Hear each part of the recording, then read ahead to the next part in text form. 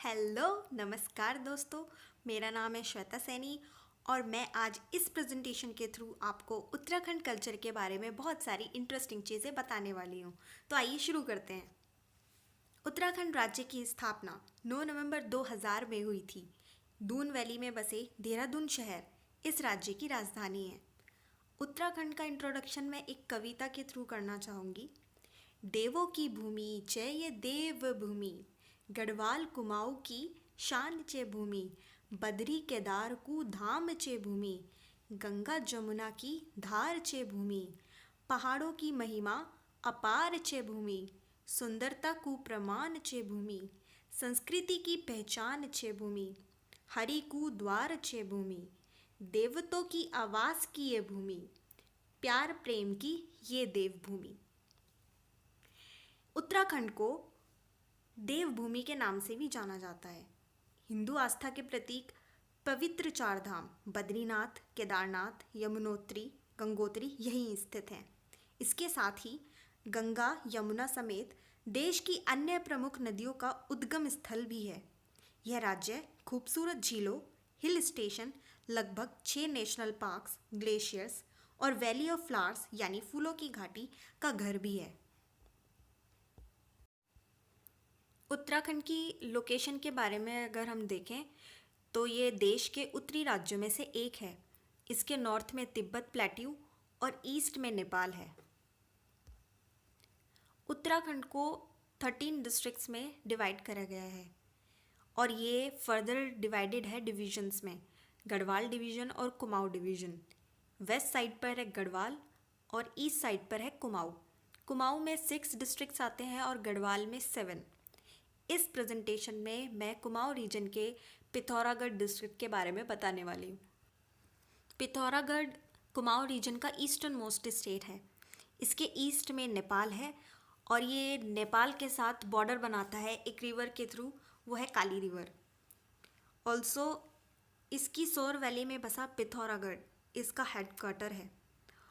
And mount Kailash, lake Mansarovar के लिए जो रास्ता जाता है लीपू लेक पास, वो भी इसी डिस्ट्रिक्ट में है। पिथौरागढ़ को 6 तहसील्स में डिवाइड करा गया है: मुनस्यारी, धारचूला, दीदीहाट, बेरीनाग, गंगोली हाट एंड पिथौरागढ़। इसमें से मुनस्यारी को मिनी कश्मीर के नाम से भी जाना जाता है। अब देखते हैं फेस्टिवल्स के बारे में। वैसे तो कुमाऊँ रीजन में बहुत सारे फेस्टिवल्स मनाए जाते हैं, जैसे कि नंदा देवी मेला, पूर्णागिरी मेला, Phooldev festival, Bhitoli and Harela, Ghughuti and Uttarayani मेला।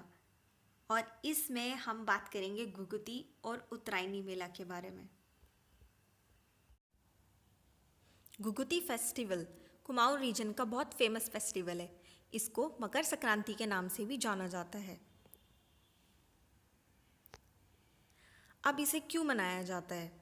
जो अर्थ है, हमें पता है कि 2 हेमिस्फेयर में डिवाइडेड है, नॉर्दर्न एंड सदर्न। इसमें भी ये ट्रॉपिक ऑफ कैंसर है और ये ट्रॉपिक ऑफ कैप्रिकॉन है।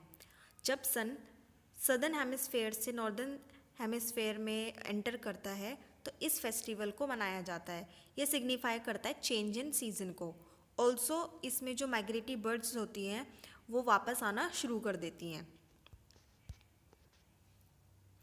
अब इस दिन क्या होता है, जो घर की जो औरतें होती हैं वो एक तरीके की स्वीट डिश बनाती हैं, आटा और चीनी या फिर गुड़ को मिला के, और इनको डिफरेंट डिफरेंट शेप दी जाती है और उसका गार्लैंड बनाई जाती है।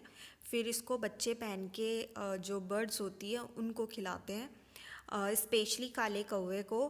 और वो गाना भी गाते हैं, जैसे कि काले कौवे काले घुघुती माला खा ले, काले कौवे आ लगड़ बड़ा खा। और इस दिन लोग पल्सेस और राइस भी क्या करते हैं, डोनेट करते हैं। इस तरीके की स्वीट डिश बनाई जाती है जैसा कि आप यहाँ पर देख रहे हैं, और डिफरेंट डिफरेंट शेप दी जाती है, गार्लैंड्स बनाए जाते हैं। लोग बहुत इन्जॉय करते हैं इस मोमेंट को, इस फेस्टिवल को भी। और ये देखिए, काले कौवे को स्पेशली खिलाया जाता है ये डिश। और भी बहुत तरीके की डिशेस बनाई जाती हैं। अब बात करते हैं उत्तरायणी फेयर।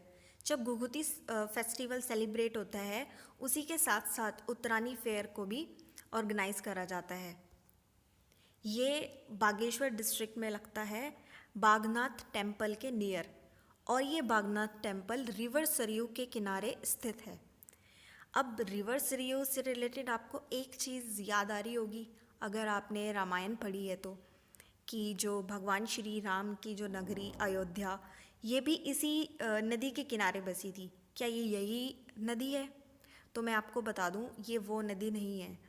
ये रिवर आगे चल के इंडिया नेपाल बॉर्डर पे काली रिवर से मिलती है और फिर सीतापुर डिस्ट्रिक्ट में जाके घाघरा रिवर से मिलती है, और फिर यही घाघरा रिवर आगे चल के सरयू नदी के नाम से जानी जाती है, और इसी नदी के किनारे बसा था अयोध्या। तो ऐसा माना जाता है कि इस वक्त में जब हम इस नदी में डुबकी लगाते हैं तो हमारी आत्मा और शरीर दोनों पवित्र हो जाते हैं, शुद्ध हो जाते हैं। तो इस फेयर की बहुत ज़्यादा मान्यता है,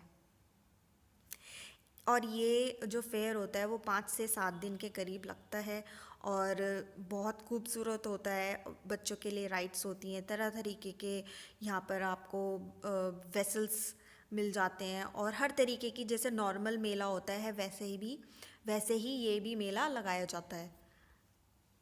ये देखिए, ये बागनाथ मंदिर है बागेश्वर का, जहाँ पे ये उत्तरायणी मेला को लगाया जाता है। उत्तरायणी फेयर को पूरे उत्तराखंड राज्य में बहुत धूमधाम से मनाया जाता है। इस प्रेजेंटेशन में सिर्फ इतना ही। Thank you.